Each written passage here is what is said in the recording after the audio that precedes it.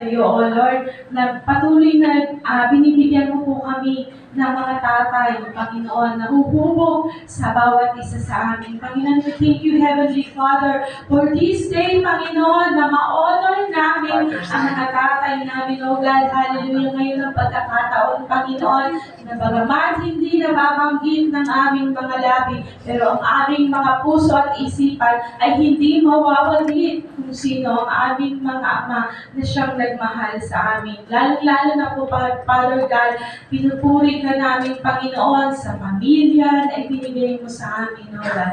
Hallelujah, Jesus. Thank you for the picture of our Father. Thank you for letting us memorize their faces, O God. Maraming salamat po sa presensya mo, O God, sa umagang ito. Patuloy na ikaw po, Panginoon, ang mamuna sa bawat salita na mahayag, Panginoon. Patawarin mo po ako, Panginoon, sa mga nagawa kong pagkukulang at pagkakasala. Pakalinisin mo po ako ng iyong banal na dugo, Panginoon, na sa gayon, ikaw lamang po ang makita nila sa mga oras na ito, Panginoon. We praise you, O God. Hallelujah. In Jesus' name, amen and amen. So, thank you. So, pwede na po tayo po. So, sabi nga, ilan ba yung na picture nyo? Ang na-picture ko kasi tatlo eh. Tatlo yung na-picture ko sa mind ko. Kasi yung tatay ko is 10 years old pa lang po ako, namatay na siya. So, konti lang yung memories. Pero kahit ganun ka-konti yung memories niya, pero good memories yung maaalala natin. Ano po? Nung pinicture natin yon, kasi nung pinicture ko din yun, kung talagang nag-focus, hindi lamang po picture niya yung makikita nyo. Amen? Makikita nyo yung mga ginawa niya para sa inyo. Amen? Di ba? Magre-reminisce, di ba? May iyak ka kasi magre-reminisce mo yung mga memories mo yung dalawa. So, ayun po. Kaya sa akin, tatlo talaga yung tatay na pumicture sa akin. Yung biological father ko, yung spiritual father ko, yung pastor, sad to say, parehas na rin sila nawala. And then yung nanay ko, na hanggang ngayon tumatayo kong tatay para sa amin. So, yun po. So, ngayon, di ba, hindi naman, kaya po sabi ko nga, salamat sa Lord sa mga tatay dahil lahat po tayo tatay, di ba? So, ang fathering po kasi hindi lamang po porket ikaw ay may anak, biological na anak, tatay ka. Pwede ka rin maging tatay. Si Melchizedek kay Esther, naging tatay siya, chewin siya. Si Jesus, stepfather, si Joseph. Tapos, si Paul, naging tatay siya ni Timothy, spiritual father. So, tayo pong lahat, pwedeng maging tatay kung ginagawa mo yung tungkulin at obligasyon po ng isang tatay. So, sabi nga, unang naririnig natin sa mga bata, ano po ba? Dada, no? Hindi na unang naririnig pagka nagsasalita kasi madaling banggitin eh. Dada. Tapos, magiging daddy. And then, pag lumaki na, dad na. Ano po? Ano nga ba yung loving memories natin sa mga tatay natin? Ngayon po, pag-uusapan natin yung kung ano yung mga naaalala natin, di ba, sa mga tatay natin. Tinitingnan natin yung mga tatay natin kasi mga matatapag sila, braveness nila. Pero ano nga ba ang nasa likod ng brave heart ng ating mga aba, tatay, itay, daddy, papa, ama, ano ba tawag? So, nasabi ko na pong lahat, in celebrations sa Father's Day po, alam ko po na may masaya, malungkot, at masakit po tayong mga kwento about them. Kasi hindi naman po talaga lahat ay masaya pagdating sa mga kwento. Ano po? This morning, pag-usapan po natin how to honor our father, whether it's your grandfather, godfather, yun nga, yung godfather, father-in-law, or spiritual father. Basta yung tumayong tatay para sa'yo, at kung tatay ka na, or soon to be father, yung maganda po na pag-usapan natin ngayon ito.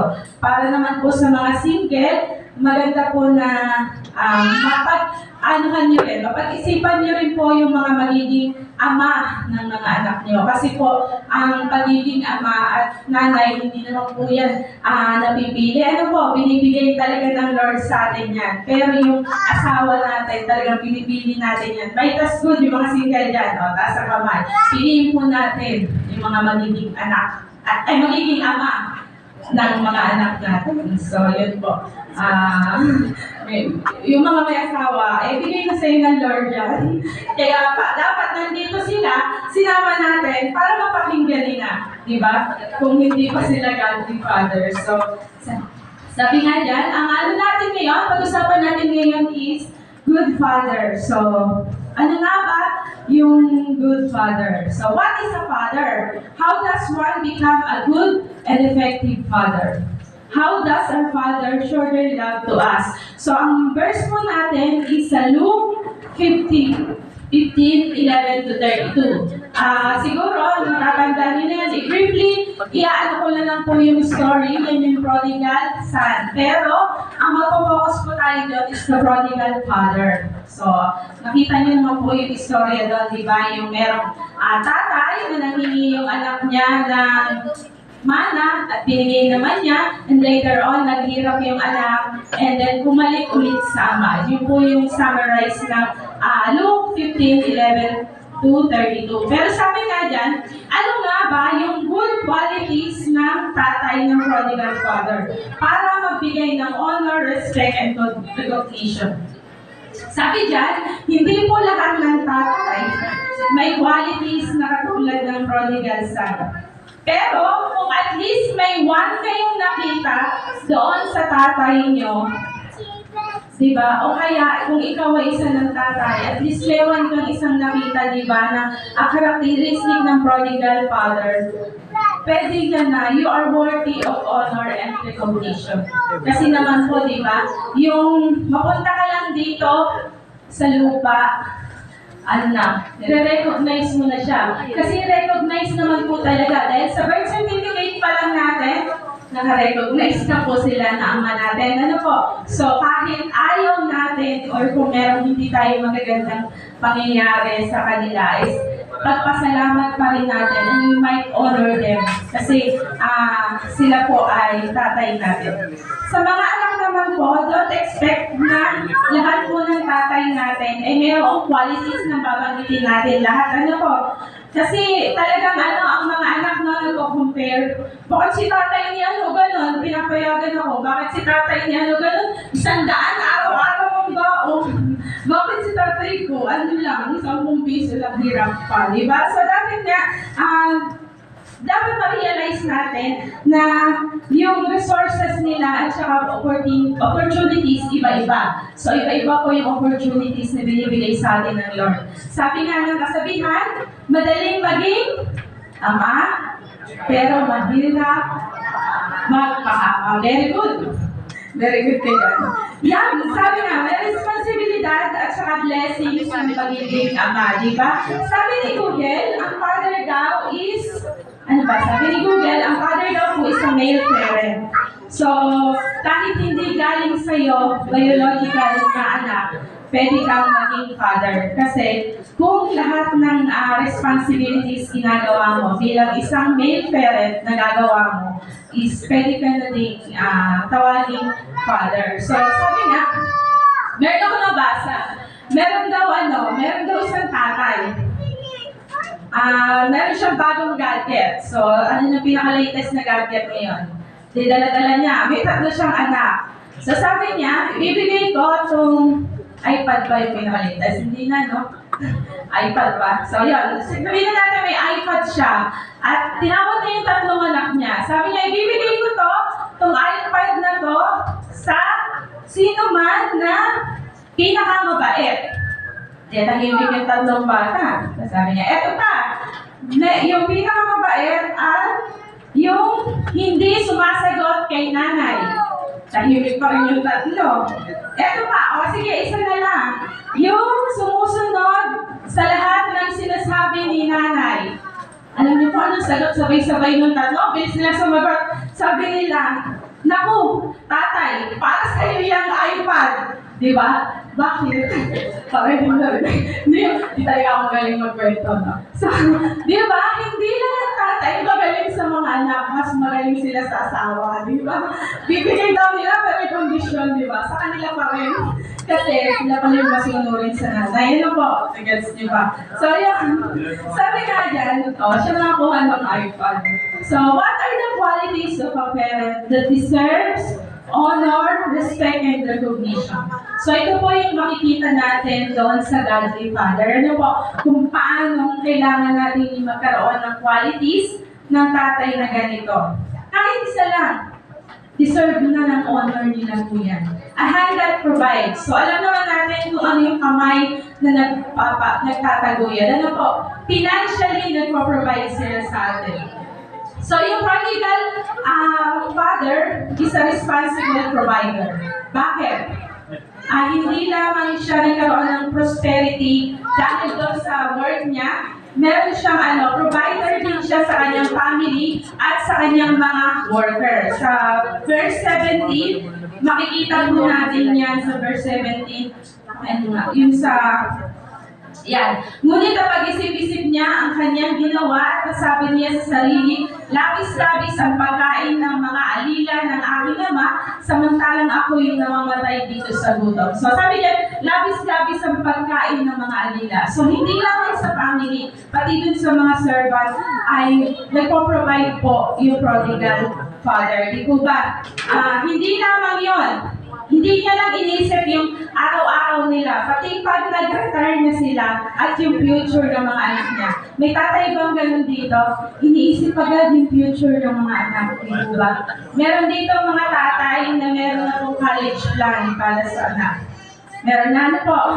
So, dapat meron ganun. Kasi yung panahon natin is pataas ng pataas yung value ng pera. So, dapat daw po, meron tayong setback. So, dapat meron na din gano'n, yung mga college plans, yan, hindi po masama. So, sa Romans 8:32 po,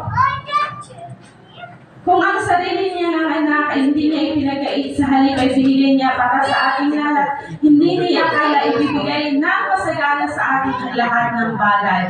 So sabi nga dyan, kung yung tatay, kung Godly Father natin is nagpo-provide sa atin ng lahat ng ating pangailangan, yung ating Ama sa langit, yung Ama natin sa lupa, ganun din. So sabi nga, pag maririnig natin sa mga anak natin, ano ba yung maririnig natin? Dad, gusto ko yan. Tatay, gusto ko yun, di ba? Pero sabi nga yan, kung ano man yung gusto natin, hindi yan ibinibigay agad-agad ng Godly Father. Dapat po natin maliwanagan doon na lahat po ng tatay talaga nagpo-provide. Kristiyano ka man o hindi, nagpo-provide. Pero ang maganda sa Godly Father, ano po, hindi basta-basta nagbibigay ng pinansyal. Ano po, kasi tinitingnan muna nila kung ano yung pangangailangan ng mga anak. Katulad ng ating Godly Father, nagpo-provide siya sa ating lahat ng hindi lamang yung gusto natin ang binibigay niya. Ang tatay ko, hindi lang din sila nagpo-provide financially. Ano po? Nagpo-provide din sila sa atin ng protection. Ano po? Di ba pagka sa bahay natin, anong tungkulin ng ama? Ang laging tingnan kung sarado yung mga gate, bago matulog, ano po? At saka yung mga pintuan, yung mga lock, di po ba yung protection? Di ba? Kapag yung anak natin binubuli, saan ba pupunta ang anak? Tatay, may nang-away sa akin. Ganun, di ba? Di ba yung mga bata ganun? Tatay, may nang-away sa akin. Gusto naman si tatay pupunta agad. Pero, ang Godly Father, hindi. Di ba? Mapapansin natin yan. Napapahamak ang ama kapag yung anak sumbong ng sumbong, tapos yung tatay, freak out agad. Ano po? Kaya ang Godly Father po hindi. Nagpo-provide din sila ng protection, peace, yan. So, kaya kailangan po pinag-iisipan din yan. So, marami pa po pinoprovide ng tatay, hindi lamang financially. Di po ba?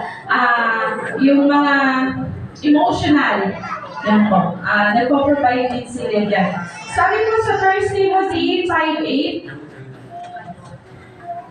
ang sino mang hindi kumakalinga sa kanyang mga kamag-anak, lalo na sa mga kabilang sa kanyang pamilya, ay tumatalikod na sa pananampalataya at mas masama pa kaysa isang di mananampalataya. So, yan po, maliwanag, black and white, maliwanag ano po. Kung hindi nagpo-provide ang tatay mo para sa iyo, mas worse pa siya sa unbelievers. Ano po? Merong obligasyon ang mga tatay na mag-provide ng mga pangangailangan sa kanilang pamilya. Diba? Iyan nga yung talagang sinabi ng Lord ni Yahweh na magbubungkal ka, di ba? Ganon. Talagang mag-provide ng tatay sa kanilang pamilya. Hindi lamang po financial, emotional needs, and marami pa po mga needs ang pwede nilang i-provide sa ating lahat. Ano po? Sabi sa Matthew 7:9-11, describe dyan ni Jesus yung mabuting, basahin niyo po, describe dyan ni Jesus yung mabuting earthly father, di ba? Nagbibigay siya, yan. Bibigyan ba ninyo ng bato ang inyong anak kapag siya'y humingi ng tinapay? Bibigyan ba ninyo siya ng ahas kapag siya'y humingi ng isda? Kung kayong masasama ay marunong magbigay ng mabuting bagay sa inyong mga anak, gaano pa kaya ang inyong ama na nasa langit? Bibigyan niya ng mabubuting bagay ang sino mang humihingi sa kanya. So, yan pa. Pinakita dyan ng Lord na yung earthly father natin, nagpo-provide po talaga sila ng mabubuting gifts para sa atin, di ba? Kasi responsibilidad nila yan. So sabi nga, anak, pag umuwi, di ba, pag umuwi ang hinahanap nanay. Pero ang tanong kay nanay, ano ulam? Pag si tatay naman, ang hinanap ng anak, tatay, magtago ka na. Kasi ano kasunod? Tatay, may pera. Di ba ganon? Ulam at pera. So, makikita natin yung difference ng nanay. At tatay, ano po, magtatago na si tatay kasi walang baon. So, yun. Sabi nga dyan, yung mga tatay sa human being ay natatakot at nag-aano na sila in all aspect of their lives. Siyempre, matatakot talaga yung mga tatay. Kasi, minsan may mga desisyon po talaga sa buhay na hindi tama, di ba? Sabi po sa Ephesians 6:10, bilang pagbubukas, magpapatibay kayo sa kalakasan galing sa Panginoon at sa kanyang dakilang kapangyarihan. Yun. So sabi nga dyan, gusto ko lang po kaya binanggit ko yung verse na yan. Kasi alam ko po naman na yung mga tatay natin is natatakot din yan. Lalo na pag malapit na yung retirement. Diba? Paano na yung pamilya ko? Paano na kami kakain kung wala akong trabaho, hanap buhay? So, marami silang iniisip na hindi nila kayang bigkasin ng labi. So, I want you to understand na meron tayong mighty God. So sabi nga ni Google, ang mighty is having great power, skill, strength na galing sa Lord. So may influence sa atin ng Lord na huwag tayong mag-alala, huwag tayong matakot. Sabi nga, kahit hindi natin naiintindihan lahat ng bagay, kasi may mga tatay minsan na, di ba yung pag natanggal sa trabaho, kasi mag-aano yung kumpanya nila.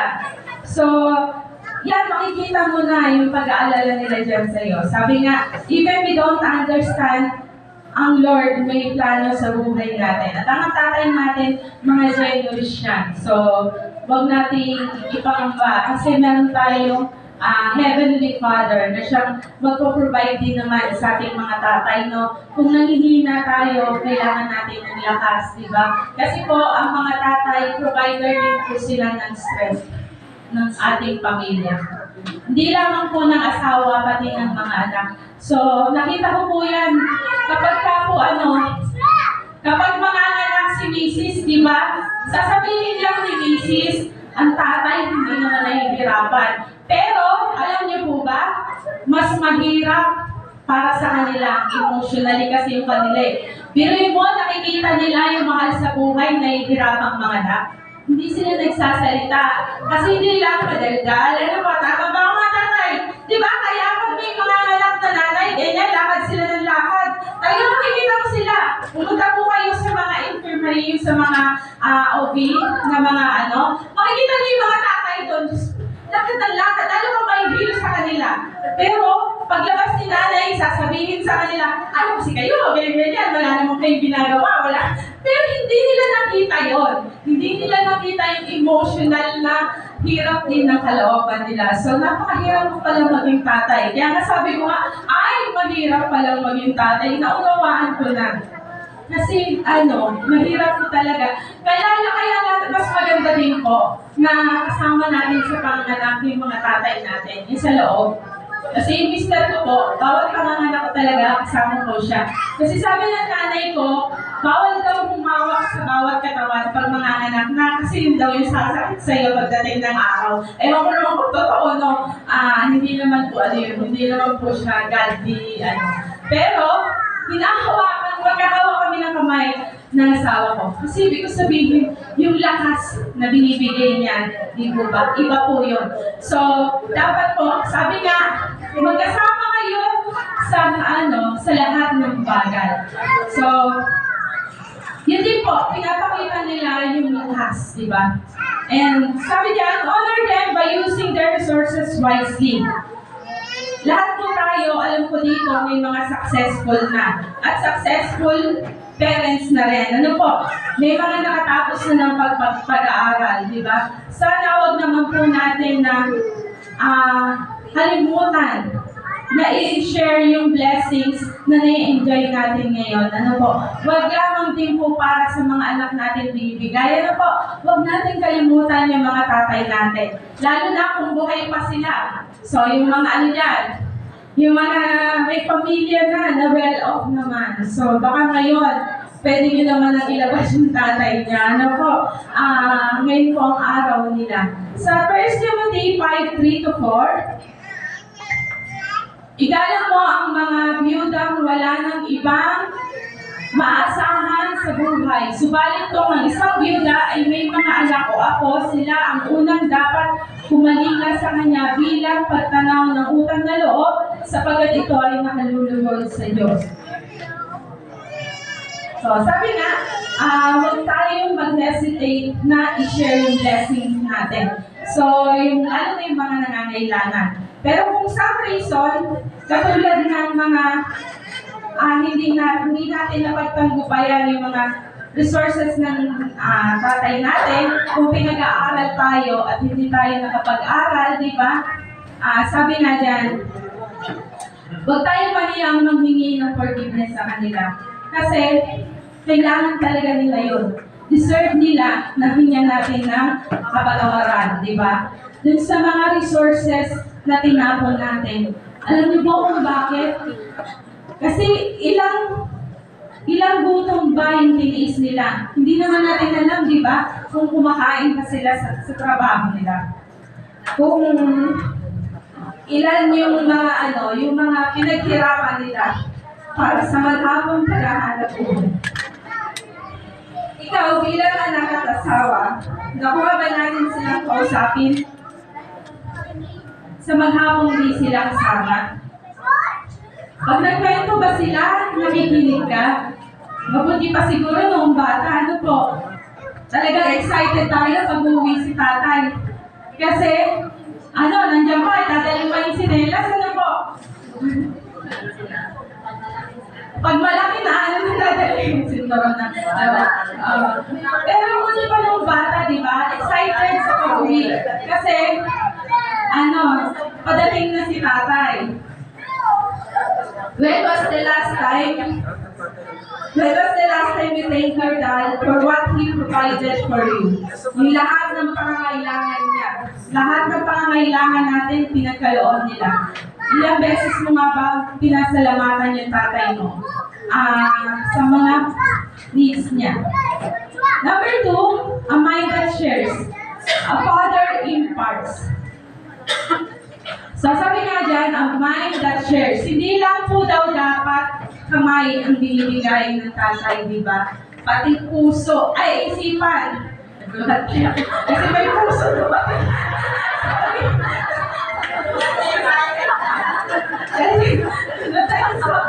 Kasi may puso dumating. So, pero isip mo na rin dumating. Sorry po. Yan, sabi nga dyan, a father imparts.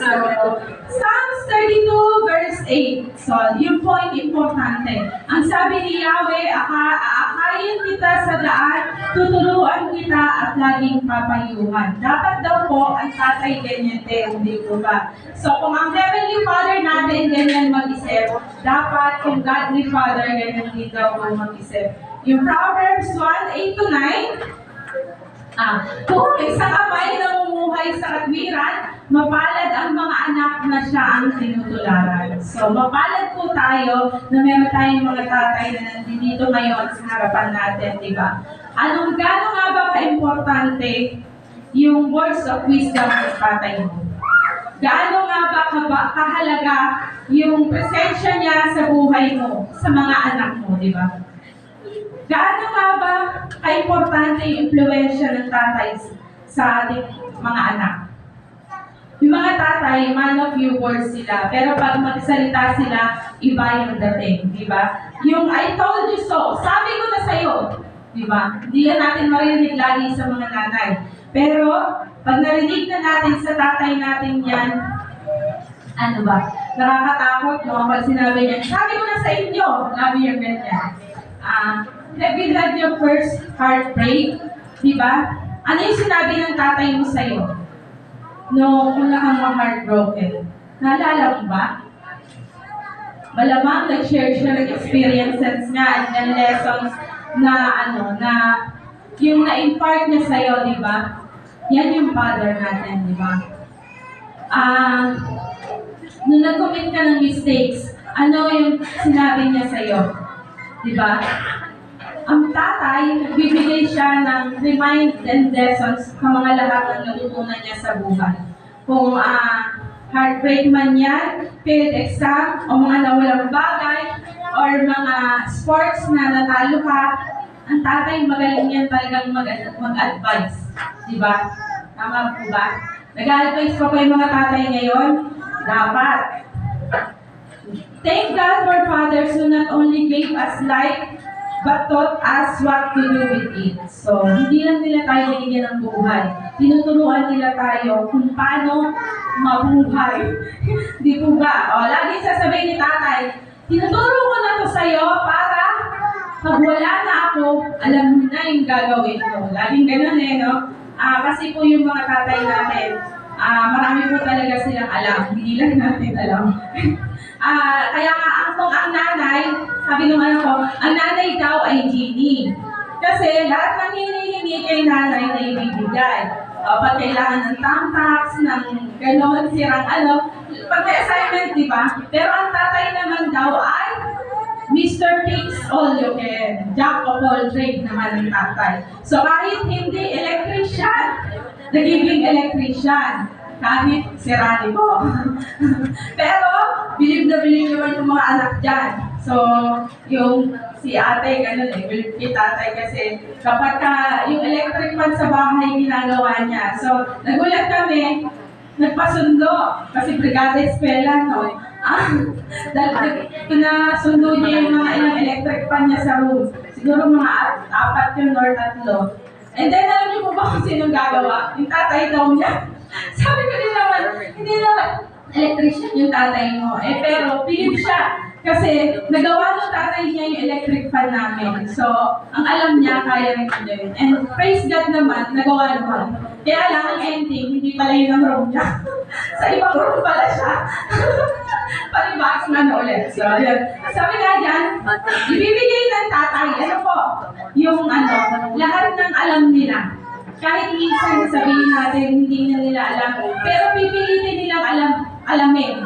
Di po ba? Para sa anak nila. So, sabi nga dyan, thanks God for fathers who not only gave us life, pero yung tinuturuan tayo kung paano mamuhay. At magpasalamat tayo sa mga tatay natin kung nangingialam sila. Kasi ang mga tatay hindi po niya mahilig mangialam. Kasi ang pakialamera ay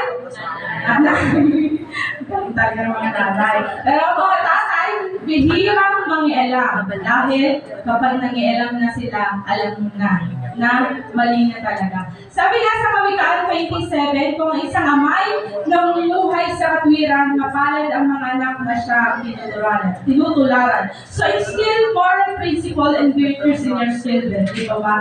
Kasi yung strong foundation. Kaya po, maganda rin po na i-impart natin sa mga anak natin yung faith at yung relasyon sa Lord.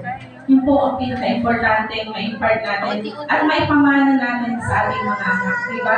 Yung wisdom na ibibigay natin sa kanila. Yun ang pinakamagandang regalo na ibibigay natin sa mga anak natin. Yung faith. Ano po? Kaya maganda yung mga tatay na nagtatanong sa anak, kumusta yung ministry mo?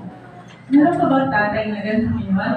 Sana, yung mga anak po natin, i-ano po natin na magkaroon sila ng mga ministry. Kasi po, mas lalalim yung relasyon nila sa Lord. Kasi mas nag-cultivate, di po ba, yung pag-aaral nila ng salita ng Diyos, hindi lang po every Sunday. Kasi po, pag-uwi natin, dapat po araw-araw. May devotion, and then sa lahat po ng gatherings, dapat po pina-attend natin, lalong-lalo na ng mga tatay, yung mga anak natin. Di po ba? Kasi yun po yung maipamamana natin sa kanila na hindi talaga makukuha. Kaya nga sabi dati, di ba, ang ipamamana lang daw is edukasyon. Pero ngayon pala, mas maganda, edukasyon plus faith. Yung magandang relasyon sa Lord. Ano po? Ipagmalaki po natin yung mga wisdom and advice na na-receive natin sa tatay natin. So far, meron na po ba? So far, sana meron. Number 3, a heart that guides. A father discipline. Sa Hebreo 12:7-11, syempre, sila yung nagbibigay ng rules, sila din nagbibigay ng punishment. Father's love and discipline. Dapat po magkaugnay yan. Hindi pwedeng puro disiplina lang at walang love. Kailangan po magkahawak kamay yan. Ganyan din po kasi naman ang Father, Heavenly Father natin. Diba? Laging may compassion, mercy, and grace. So dapat daw po, Godly Father ay meron din po discipline and love. With love. Discipline with love. A heart that guides. So, sabi nga dyan, hindi, ano ba yung binigay niya kanina? Art, mind, and heart na po ngayon. So, makukumpleto na yung tatay natin. Di ko ba? Makukumpleto na siya. Mabubuo na. Sa ang Biblia po, laging nagsasabi dyan na may correction. Rebuking, correction, magkaugnay po yan. Ang nurturing at saka discipline. Yan din po ang father's role. Kung ang loving father natin nagko-comfort sa atin, nag-guide sa atin, nag-correct, nag-teaches, and nagbibigay sa atin ng wisdom and patience, ganun din po dapat yung mga tatay natin. Diba? Sa Proverbs 3:12, Proverbs 3:12 reminds us, for whom the Lord, ang gabay ng tao sa kanyang pag-ibig. 3:11, my son, do not despise the Lord's discipline and do not resent His rebuke, because the Lord disciplines those He loves as a father, the son He delights in. So sabi nga dyan, kung mahal ka, i-correct ka. So pag hindi na pala tayo kino-correct, that means, alam na, hindi ka na mahal, di ba? So nung panahon namin, pero hanggang ngayon nagagamit ko pa rin. Yung laging sinasabi, di ba? You're grounded. Narinig niyo na po ba yan sa mga millennial? Ano ba ngayon? Sa mga Gen X na ba? Gen Z, Alpha Gen, di po ba? Ano na po ba ngayon? Paano nang magdisiplina yung mga tatay ngayon? Face the wall. Kasi yung face the wall po, pang ano siya, yung maliit, toddler, ganyan. Tapos pag medyo lumalaki na yan, grounded na. Ano po, pagka maliit pa lang face the wall pa lang, kasi kaya pa nila. Kasi pag lumaki na sila ng teenager, kaya na nila mag-face the wall, kasi ganun din sa amin nun. Kaya na namin mag-face the wall kahit kalahating oras, isang oras na nakatayo. Kasi pwede ka naman ng gano'n. Ano kaya pagka medyo medyo malaki na ng malaki, grounded na. Ano po, pero sana ngayon, nagdidisiplin pa rin yung mga tatay. Ano po? Sabi nga dyan, ang narinig natin talaga sa mga tatay natin. Pag narinig na natin yun, wag na natin i-take lightly. Kasi, sabi doon, pag sinabi na ng tatay yun, ibig sabihin, hindi ka na sumunod, or na-disappoint na siya dahil sa behavior mo. Katulad nung halimbawang natandaan mo dahil inis na inis ka, yung hindi niya pinayagan sa school field trip, or yung mga gimmick ng kaibigan, di ba? Tatay, mahigpit talaga yan eh. Lalo na pag anak babae. Ano po? Hindi na talaga papayagan yung mga yan. O kaya nung sinabihan ng grounded nga for 1 month dahil madalas magtakas ng sasakyan. Yung panahon namin kasi noon, uso sa mga kaibigan, yung tinatakas yung sasakyan, tapos aalis na, tapos pag uwi na bangga, ano po. Pero pagdating noon, grounded na talaga yung anak na yun. So, hindi, ang grounded po noon, kapag ka,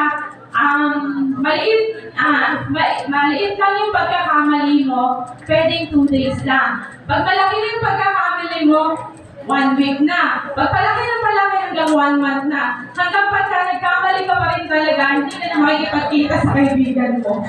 Palalagasin ka na, no? Pero hindi, yung akala natin, di ba? Pero sa panahon na yun, akala natin hindi nila tayo mahal.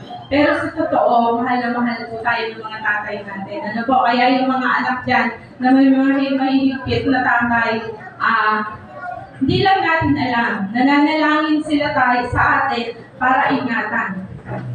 Hirap yung kalooban nila, pero kailangan nilang maging matatag para tayo ay madisiplina. Kasi hindi naman po ang tatay ay head of the family lang, pero ano po sila? Decision maker sila. Kaya yung maliliit po na mga desisyon, nanay, huwag ka na magreklamo. Ano po? Kaya, di ba, nanay, sabi nila, bakit pa ako na lang lagi nag-desisyon sa bahay na to? Kasi naman, kapag crucial, critical na mga desisyon, sino nagde-desisyon? Tatay, di ba? Yung pagka mga yung desisyon ng life and death, mga ganon. Ang tatay po yan. Kasi, para ang sisig sa kanila. Pero sabi nga dyan, kasi sila po ang decision maker ng pamilya. Kaya pinapaubayan na nila sa nanay yung mga maliliit. Kasi yung final say sa kanila. So, di ba, pag nagkamali si anak o si tatay ang nagsasabi kung anong punishment. Kaya si nanay, dapat naman po maging patas na tayo. Kung ano po yung house rules nyo, yun na po. Minsan kasi lumalambot ang nanay. Yung nanay po kasi talagang malambot yan. Pag may house rules na si tatay, nako, aapela pa si nanay. Kasi si anak, pupunta pa kay nanay, hihingi ng tulong. Magpapaabogado pa. Pero hindi na po. So, sabi nga dyan, si Jesus Delman ay nagbibigay din sa atin ng yung mga ganong discipline. Diba? Sabi nga dyan, sabi po sa Proverbs 3:11-12, ay, yan. My son, do not despise yan. Sabi nga dyan, kung dinidisiplina tayo ng mga tatay natin, mahal nila tayo. Ganon din po yung Heavenly Father natin. Kung nagsasuffer po tayo ngayon, naghihirap man tayo ngayon, kung ano man po yung pinagdadaanan natin, ganun po ay hindi naman po yan gusto ng Lord eh. Kahit yung tatay natin, hindi rin naman po nais nila na makita na nagsasuffer yung mga anak, Pero, minsan po kasi yung suffering na yan, resulta ng sin na ginawa mo. Katulad ng prodigal son, kaya naman po siya naghirap, kaya naman po siya, yung nagtrabaho sa babuyan. Kasi diba, anong ginawa niya dun sa pera ng tatay niya? So, minsan yung suffering natin, hindi naman yan pinagkaloob sa atin ng Lord. Naaalaw lang kasi nga, meron tayong free will. Ano po? That's Psalm 37:23. Ang gabay ng tao sa kanyang paglakad ay itong si Yahweh. Kung nais maligtas sa gawain niya ang Diyos, ay nagagalak. So sabi nga dyan, ang establishment steps ay dapat nasa Lord, di ba? Ano man yung kwentong disiplina mo, it's your own good. Kaya dapat pasalamatan natin yung mga tatay natin kahit mahirap, kahit masakit din para sa kanila, kailangan madisiplina sila dahil yun ang tunay na pagmamahal. Ano po, ang maitama ang mga anak. So, yung mga tatay po kasi ngayon talaga, hindi na sila talaga namamalo, pero minsan kailangan po natin gawin para maipakita natin at maitama yung mga anak natin. Yung prodigal father, hindi po siya favored na ibigay yung mana ng anak niya, di ba? Hiningi ng punsong anak yung mana kahit hindi pa patay. Pero binigay niya dahil isa yon sa pagdisiplina niya sa anak niya. Dahil kung hindi niya binigay yung mana na yun, at hindi niya, sinunod yung gusto rin ng anak niya, hindi matututo yung anak niya, di po ba? hindi niya maano yung, hindi niya malalaman kung ano yung magiging pagkakamali niya. So, disiplina pa rin niya yung anak niya. And a heart that understands. So, hindi lamang po dapat yung puso ng tatay natin, dapat din ang puso ng tatay natin ay marunong umunawa. So, ang mga tatay po, marunong din naman po silang umunawa. Ano po, huwag po tayong matakot. Kasi nga kanina, nabanggit natin na doon po yung disiplina sila. So, yung mga anak po, talagang takot sa tatay yan. Kasi nga dahil sa disiplina. Pero sabi ko nga kanina, discipline with love. Kaya ngayon, kahit lumapit ka naman sa tatay mo, ay mauunawaan ka nila. A father forgives. Sabi po sa verse 21 to 32 yan, makikita natin dyan na yung insulting mga pananalita na binanggit nung panganay na anak, di ba? Dahil sa pamumuhay ng bunsong anak. Pero ano yung ginawa ng tatay? Inis niya, hinag niya, di ba, yung anak niya. At yung panganay niya, nagsalita sa kanya ng hindi maganda. Yan, di ba? Sabi, parang inano siya. Yan, sabi sa kanya, sinabi ng anak, Ama, nagkasala po ako sa Diyos at sa inyo. Hindi na po ako karapat-dapat na tawagin anak ninyo. So yan, humingi ng tawad yung bunso. So sabi nga, yung tatay, nagpatawad pa rin siya. At dun sa verse, pinakita dyan kung paano yung pagmamahal at pagpapatawad na binigay ng prodigal father sa anak niya. Doon naman sa verse 32 doon, pagka binasa na rin natin sa dulo, makikita natin doon na yung panganay na anak nagsalita ng hindi maganda sa tatay nila. Kasi parang sinabi niya na bakit bibigyan ng piging yung bunsong anak, nagkamali siya. Pero imbis na magalit din siya dun sa panganay na anak, dahil sa mga salitang hindi magaganda, parang nagpakita ng disrespect sa kanya, pero nag-explain sa kanya yung tatay na may democracy at hindi siya naging dictator, di ba? Sinagot niya yung panganay niyang anak nang hindi galit din, kundi may gentle patience and grace.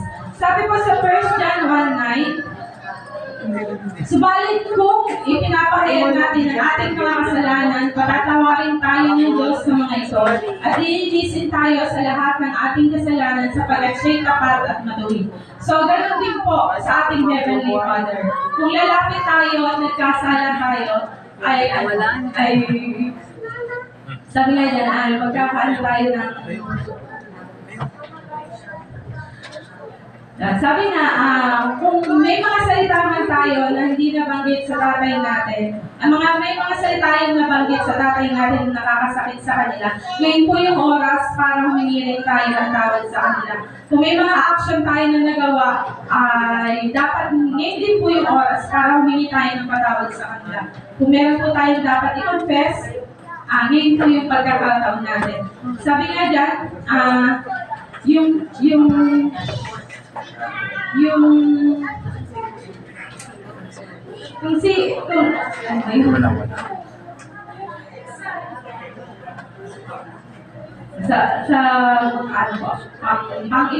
pang-apat, a heart that convicts.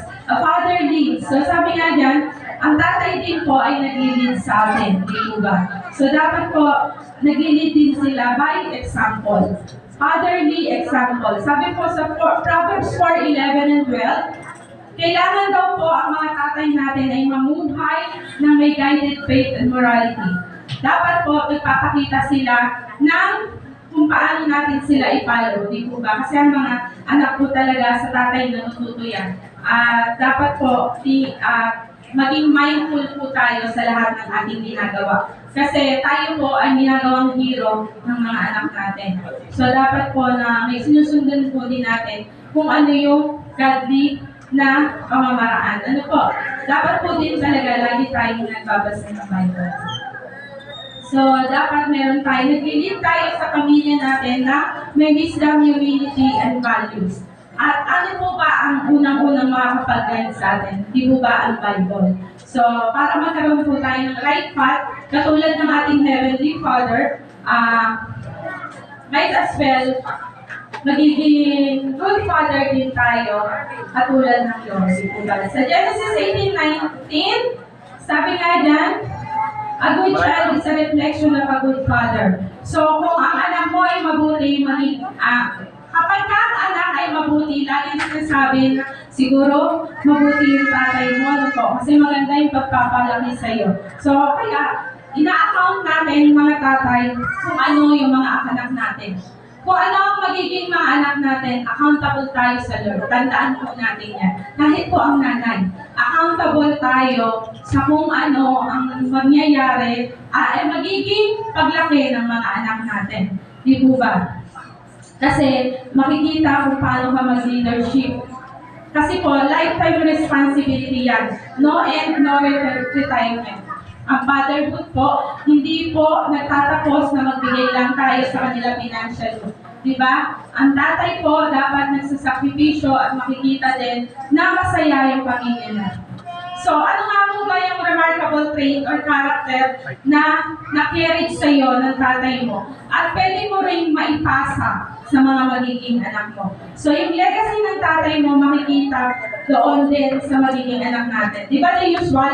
Pag may nakita tayong magandang ginawa sa atin ng tatay natin, pinapass on natin. So, makikita natin yan. Kung ano man po yung character nila.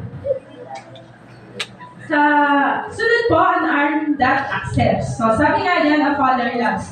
Despite the wrong decisions na nagagawa natin, o kung ano man po yung mga pagkakamali natin, ang tatay po, palagi siya nagpapakita ng pagmamahal sa atin. I-accept niya tayo. Kasi wala naman tayo yung humot, wala siyang magagawa, kundi i-accept. Kasi anak niya. Di ba? Kaya ang mga tatay talaga nagpapakita sila ng ano. Minsan man po, nagkamali sila ng desisyon, pero yung father love po, unique yan. Kanya-kanya yan. Kanya-kanya ng ka-uniqueness, di ba? Walang ibang makakapagbigay sa atin. So, kahit po sa Luke 15:20, kahit po na yung anak niya nawala, ayan, mababasa po natin yan na uuwi pa rin at uuwi. Di po ba? Kasi, alam naman niya kung ano meron siya. Meron siyang tatay na handang magmahal sa kanya. Katulad po ng ating Heavenly Father, palagi man tayong lumayo, bumabalik at babalik pa tayo sa ating tatay. Ano po ang ating Heavenly Father? Kasi naman po yung gusto niya. At palagi na tayong bibigyan ng love, grace, and mercy. So, reminder po sa atin na kahit naman po anong mangyari, ang Heavenly Father nandiyan lagi sa atin para tayo ay yakapin. Katulad ng prodigal son, di ba? Palaging naghihintay. Yung prodigal father, araw-araw po siya naghihintay. Kasi pagdating ng prodigal son, nakita niya na agad na nakatayo yung ama niya doon. So, malamang, lagi po sila naghihintay. Ang Heavenly Father natin, kung magkamali man po tayo, lumapit lang tayo ulit sa Kanya, hindi lamang po pigil ang ibibigay niya sa atin. Ano po ba? Kundi kaligtasan. So, sabi nga, yung physical expression, importante. O, baka nakakalimot na po yung mga tatay natin. Physical expression of love. Kasi pag malaki na, awkward na eh. Diba? Pag malaki na, awkward na yakapin siya. Pero kailangan po nila yan. Hug, kahit hindi po kiss kung na-awkwardan po. Hug po. Katulad na prodigal father. He embraced his son. Diba? Kahit malaki na yung anak niya, i-embrace niya, hinalikan niya sa mga tatay. Affirming touch, kailangan po ng mga anak natin. Yung kailangan nilang i-wrap around minsan, lalo na pag umiiyak, di po ba? Sabi sa verse 32, pinakita niya kung gaano kasaya yung tatay sa pagbabalik ng anak niya. So our Father, i-wrap up na natin. So ang mga tatay natin, He loves, He provides, He leads, He imparts, He disciplines, and He forgives. Blessings po ng pagiging tatay ang makapag-impart sa ating mga anak at makapag-shape ng mga puso ng mga anak ng wisdom at saka ng may pananampalataya with love and guidance. Embrace po natin na maging tatay, di po ba? So, blessing po na naging tatay kayo. Blessing nga ba? Blessing, amen. Kasi opportunity yon para mag-influence ka ng generation, di ba? Ng bagong generasyon, di ba? Kaya kayong mga earthly fathers po, blessed po, kasi nga, meron din naman heavenly father, di ba? Na we look up to. So sabi nga dyan, oo, paano? Di ba? Mahirap naman po talagang maging tatay. Pero tignan po natin yung Heavenly Father natin. Kasi makikita natin doon kung gaano kabuti ang ating Heavenly Father. Kasi kahit yung bugtong na anak niya, binigay niya lahat para sa atin. Ano po? Para ma-experience natin yung love and makapag-reconcile tayo sa Kanya. Ngayon po, Father's Day, naniniwala ako na marami po tayong natutunan, naisip, di ba? Na yung mga tatay natin, ganun pala yung tatay ko, di ba? Na ang tatay ko kailangan magdisiplina, kaya kailangan kong tanggapin. Kailangan din natin tanggapin mga tatay, yung mga pangaral din naman kanina, di ba? Pero hindi po lahat tayo may mga experiences na magaganda sa mga earthly father natin. So, sabi nga dyan, may mga anak na nabuhay na wala yung tatay nila. Pero sabi nga dyan, huwag kang mag-alala kasi meron tayo God our Father na hindi nagbabago. Sa 1 John 3:1, see what great love the Father has lavished on us that we should be called children of God, and that is what we are. The reason the world does not know us, that it did not know Him. So sabi po, ngayong araw po is to honor fathers. Klaro po ngayon na honor your father and mother. Kasi kasama yan, di ba? Sa Ephesians 6:2 and 3, yan po ang makikita natin na honor your father and mother, which is the first commandment with a promise. So yan daw po ang unang command sa atin ng Lord na may blessing. Ano po? Yan, nakalagay dyan na so that it may go well with you and that you may enjoy long life on the earth. So, kung gusto natin maging maganda at mahaba ang buhay natin, ano daw po mga anak?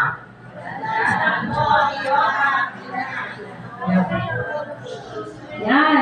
Honor means, ano daw po ba ibig sabihin ng honor? Honor means emphasizing the best, forgiving the worst, and focusing on our sins, not the sins of our parents. So minsan kasi, kaya hindi na-honor ang tatay, iniisip lagi ang kasalanan nila. Huwag po natin laging iisipin ang kasalanan ng mga nila. Ano po? Isipin naman din po minsan natin yung kasalanan natin sa kanila. Diba? So sabi nga dyan, walang age limit ang pag-honor sa tatay natin.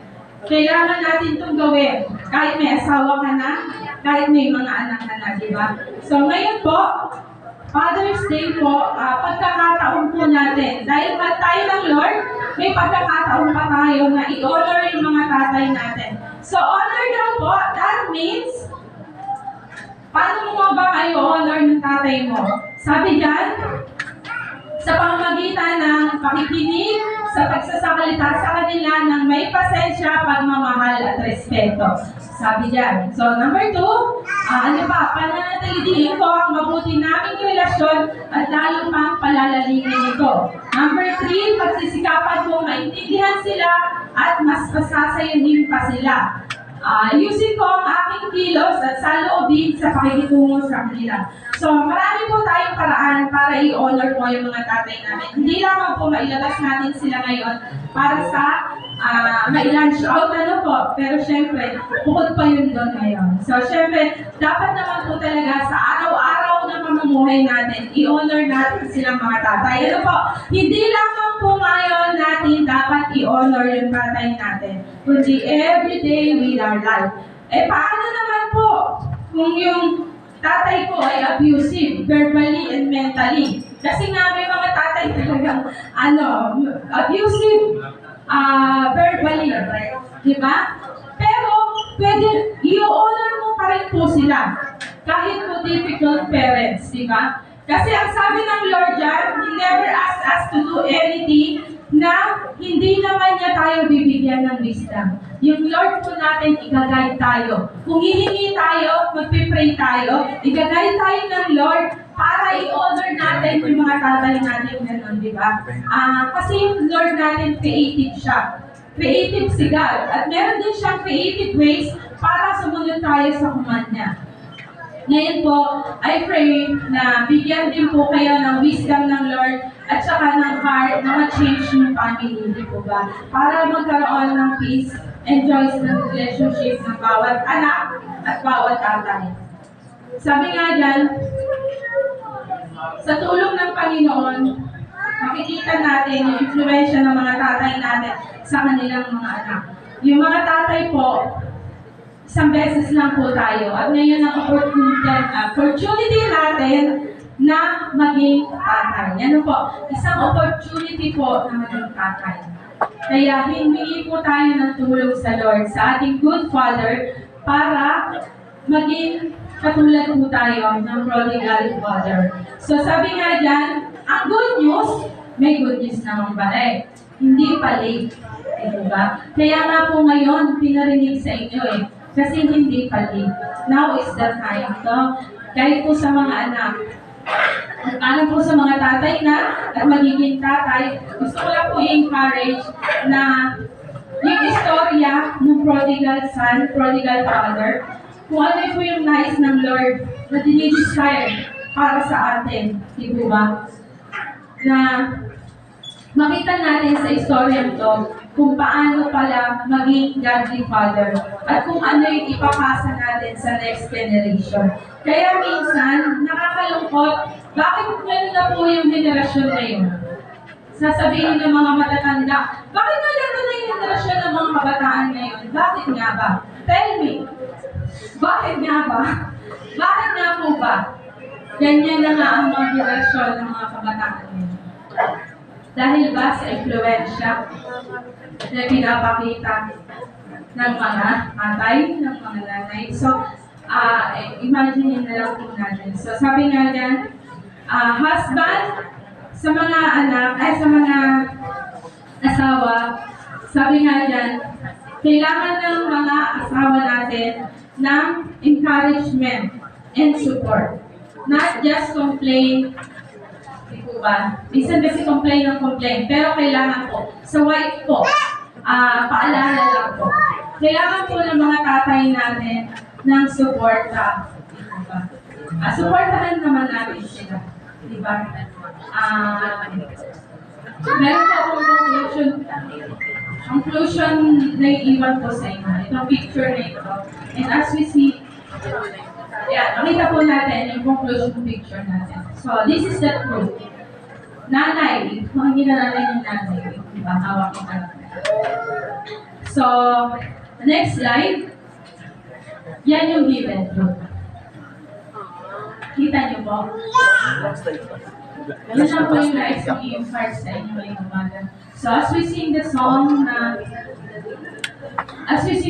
po, maaari pong lapitan natin yung mga tatay, yung mga spiritual father natin, yung tatay natin, na habang inaawit po namin itong kanta ko, i-remind po sa atin how we are grateful na meron tayong earthly father na tulad ko.